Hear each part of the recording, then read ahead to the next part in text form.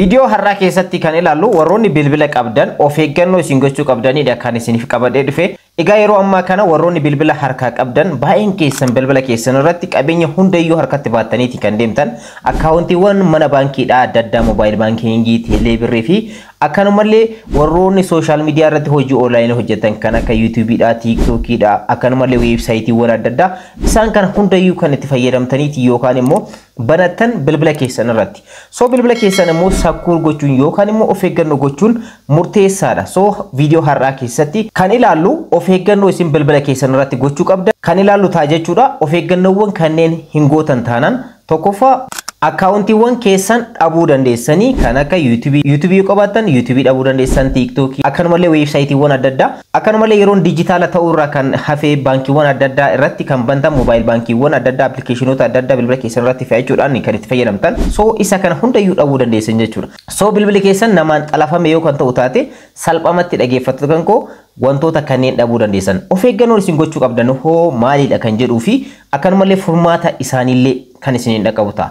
Keessattuu namoonni yeroo ammaa kana karaa adda addaatiin namoota xalafaatiin jiru yookaan immoo bilbila namaa salphamatti karaa salphaa ta'een akkaawuntiiwwan namoota hataatiin jiru sooshaal miidiyaadha yeroo biizinasiidha. So akkaawuntii namaa hatuun hedduu tokko salphaa ta'ee jira. Egaa yeroo baay'ee namoonni isiniif bilbilanii moobaayil baankingii fayyadamu mana baankii irraa siif bilbila. So carraan si dhaqqabee jira. Carraa kanatti fayyadamuudhaaf koodii kana galchi namootaan jedhanii yeroo namoonni sooshaal miidiyaa irratti gallakkisan dhageettanii jirtanii anas wanti akkasii na qunnamee waan beekuuf isinis qunnamuu danda'a. So wantoota akkanaa kanarraa of eeggannoo gochuun murteessaadha. So video har'aa kana keessatti of eeggannoo isin gochuu qabdanii fi yoo wantoonni akkana kun isin qunnaman immoo furmaan isaa maalidha?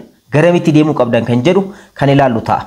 Salphamatti sooshaal miidiyaa keessan yookaan immoo akkaawuntiiwwan baankii garaagaraa kan banattanii moobaayil baankingii, teeleebirrii kan kana fakkaatan banattanii bilbila irraa qabaatan akka hin dhabneef wantoota isin gochuu qabdanii fi akkanumallee sirreeffachuu qabdan tokko tokkoon of eeggannoo isin gochuu qabdan kan isiniin dhaqqabu ta'a. Hanganumaatti nafaana turaadha.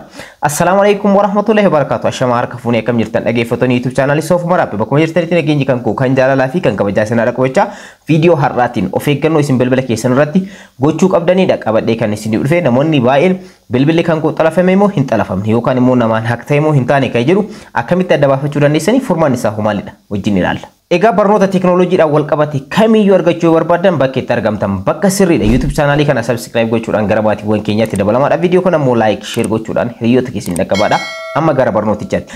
Egaa jalqaba irratti of eeggannoon isin bilbila keessan irratti gochuu qabdan bilbila keessan kamiyyuu haa ta'u iPhoneis qabaadha akkanumallee Samsungii bilbila kamiyyuu yoo kan qabaatan taate of eeggannoon isin gochuu qabdan maali? Akkaawuntiiwwan keessan hundayyuu sakkuur gochuudha. Sakkuur jechuun maalidha? Pinii paaswoordii adda addaatti fayyadamtan yoo ta'e akkaawuntiiwwan keessan kan Facebookii ta'uu danda'a, kan TikTokii ta'uu danda'a, kan YouTubeidhaa ta'uu danda'a. Akkanumallee kan baankiiwwan adda addaa moobaayil baankingii adda addaa qabaachuu dandeessanii isaan kana marti isaanii paaswoordii fi akkanumallee pinii qaban. So isa kana sakkuur gootanii bakka iccitii ta'e kan dhuunfaa keessan ofii itti fayyadamtan namoota isinitti aanan isin jaalattanis itti agarsiisuu qabdan. Maaliif iccitii keessanii qabeenya kanarra kaa'attan. So kanaafiyyuu kana saamamuu keessaniin duratti of eeggannoodhaan kaawwachuun murteessaadha jechuudha. So kanaafiyyuu akkaawuntiiwwan keessan paaswoordii fi pinii isaanii yeroo hundayyuu jechuudha dhaggeeffata kan koo jijjiiruu hin dagatinaadha. Akka isin jalaa hin hatamneef sakkuur gootanii kaawwachuun murteessaadha. Garuu akka tasaa yoo kan shakkitan taate namni na jalaa argee jira yookaan immoo namni namatti agarsiisee jira jettanii yoo kan shakkitan taate immoo yeroo hundayyuu paaswoordii isaa jijjiiradha. Yoo xiqqaate ji'a 3 keessatti paaswoordii yoo jijjiirtan hedduu tokko bareedaadha. Sababni isaas anis akkasitti fayyadama waan ta'eef YouTube kan kootiif emailii kan koo paaswoordii isaa yeroo hunda ni jijjiira, kan Facebookii ni jijjiira. Akkanumallee moobaayil baankingii adda addaatiin illee ni fayyadama yoo ta'e pinii kan koo ni jijjiira. Sababni isaas maalidha? Of eeggannoo gochuudhaaf sakkuur gochuudhaaf akkaawuntii keessan murteessaadha jechuudha. So inni jalqabaa isa kanadha. Akkaawuntii keessan sakkuur gochuun murteessaadha jechuudha. Lammaffaan of eeggannoo isin gochuu qabdan liinkii hin beekamne karaa sooshaal miidiyaa adda addaatiin fakkeenyaaf karaa telegiraamaatiin liinkii kana yoo tuutan liinkii kanatti fayyadamuudhaan hojii onlaayinii irraa qarshii hangana hojjechuu ni dandeessan. Karaa WhatsAppiitiin illee liinkiin isiniif ergama. Liinkii kana tuquudhaan seenaa kana hojjedhaa ergasii immoo qarshii gaarii argattan isiniin jedhu namoonni baay'een jechuudha.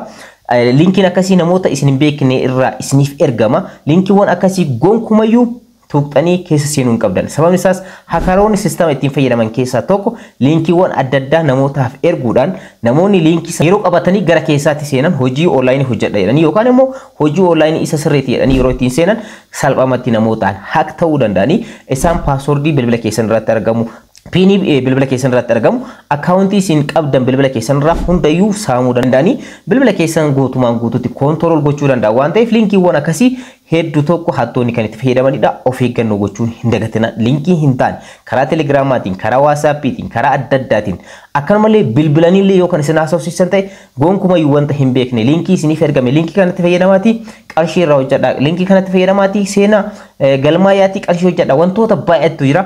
Ergasii immoo isin linkii sana seentanii yeroo reejistar gootanitti lakkoofsa bilbilaa keessan isin gaafata, iimeelii keessan isin gaafata, paaswordii isin gaafata. Ergasii paaswordii keessa yeroo isinitti galchitan salphaamatti isaantu uume waan ta'eef linkii san kireet kan godhe isaanitti ni mul'isa jechuudha sistamni. Ergasii immoo salphaamatti akkaawuntii keessan dhaabdanii jirtan jechuudha. Kanaafiyyuu linkii hin beekne tuquun murteessaa miti. Linkii sirrii ta'e kan hojii onlaayinii ittiin hojjechuu dandeessan namoota beektanii fi akkanumallee namoota sirriidha jettanii yaaddan qofatti fayyadamaa. Inni biraa immoo meeseejii hin beekamnee fi akkanumallee karaa meeseejii karaa sooshaal miidiyaa adda addaatiin karaa bilbila keessaniitiif isiniif ergaman hundayyuu ittiin fayyadaminaa. Meeseejiiwwan adda addaa isiniif ergamuu danda'a. Meeseejiiwwan kunniin hojii onlaayinii haala kanaan jedhamee isiniif ergama. Ergasii immoo dhumarratti meeseejii kana erga dubbistanii booda hojii kana hojjedha jettanii linkiiwwan adda addaallee isiniif erguu danda'anii ergasii immoo meeseejiin sun isin harkisee qarshii kana dhugumaan irraa argachuu danda'a yookaan immoo qarshii irraa hojjechuu danda'a jettanii yeroo keessa seentan salphaamatti hatamuu dandeessanii meeseejiiwwan adda addaa kan isin ergaman kan namoota beektanii fi namoota isin itti amantaniin alatti jiru ittiin fayyadaminaa. Inni biraa immoo bilbila keessan yeroo hundayyuu update gochuun hin dagatinaadha. Bilbila keessan update godhuun kan isin fayyaduuf bilbili keessan more secure akka ta'uuf isin gargaara. Bilbiloonni yeroo update ta'anitti fiicharoota adda addaa qabatanii kan dhufan yeroo dulloomanitti immoo humni isaanii kan secure ta'u jechuudha. Xiqqaataa waan deemuuf yeroo yeroodhaan bilbila keessan update gochuudhaan irraa fayyadamaa. Akkamitti update goona akka jiru kanaan dura viidiyoo bal'aan hojjedhee jira waan ta'eef viidiyoowwan sanniin itti fayyadamuu ni dandeessu. Keessattuu warroonni bilbila Apple harkaa qabdan Apple warroonni fayyadamtan dhiyoo kana keessa update haaraa fidee jira bilbilli. Appleedha baay'een keessan ni beektanii iPhone warroonni qabdan jechuudha. So salphamatti update haaraa kanas iOS 18.5 kana feature kana update godhaa jedhanii jirani akkuma Samsung kanaan dura isiniif ibsaa ture. One UI 7 vision sana qopheessee ture Samsung inni kunis akkuma san update iOS 18.5 kana update godhaa jedhee jira. So isinis update gochuun dagatinaadha. Feature kanallee itti fayyadamaa isiniin jechuu barbaada. Inni biraa immoo hedduun keessan kan nagaafatan isa kanaadha. Yeroo bilbila keessan irratti mallattoo maayikiroofoonii fi akkanumallee kaameraa isee amma asirratti argartan jechuudha. Mallattoon magariisa taate bilbila keessan irratti yoo kan dhuftu taate baay'een keessan bilbila kan koo xalafamee jira jettanii yaaddanii garuu wantichi akkasii miti xalafamuus dandeessan xalafamuus dhabuu dandeessan. Sababni isaas maayikiroofoonii fi kaameraa bilbila keessanitti fayyadamaa yoo kan hin jiraanne ta'e egaa mallattoon kun hin ifu akkuma asirratti argartan jechuudha. Yoo kan ifu ta'e garuu maalidha? Salphamatti bilbila keessan irratti appilikeeshinii isin hin beekne yookaan immoo namoonni karaa maayikiroofooniitii fi kaameraatiin bilbila keessan to'atanii jiran yookaan immoo koodii hin taane bilbila keessan irratti guutanii jiranii ergasii immoo maayikiroofoonii fi kaameraa bilbila keessaniitti fayyadamuudhaan haak isin godhanii jiranii jechuudha. Yookaan bilbila keessan irratti appilikeeshina tokko fe'anii jiran namoonni isin dhiyaatan namoonni isin beektan so yeroo hundayyuu appilikeeshina bilbila keessan irratti fayyadamtan kanneen bilbila keessan irratti appilikeeshinni argamu sirrii fi sirrii ta'uu dhabu kan isin achirraa qabdanii fi kan dabalataas yoo jira appiiwwan akkasii sanniin bilbila keessan irraa balleessuu hin dagatinaadha. Sababni isaas appilikeeshinni akkasii kunniin bilbila keessaniitti imeelii keessaniitti wantoota adda addaatti fayyadamanii bilbila keessan irratti yoo kan taa'an ta'e salphamatti haak isin gochuudhaaf itti fayyadamu waan ta'eef hakaroonni of eeggannoo irraa gochuu hin dagatinaadha. Egaa gabaabinumatti viidiyoo har'aa keessatti kan isinitti agarsiisuudhaaf yaale yeroo ammaa kana namoonni baay'een saamamaatiin jiru waan ta'eef linkiiwwan adda addaatiin akkanumallee karaa adda addaatiin namoonni hedduu akkaawuntiiwwan isaanii bilbila isaanii yeroo haak ta'an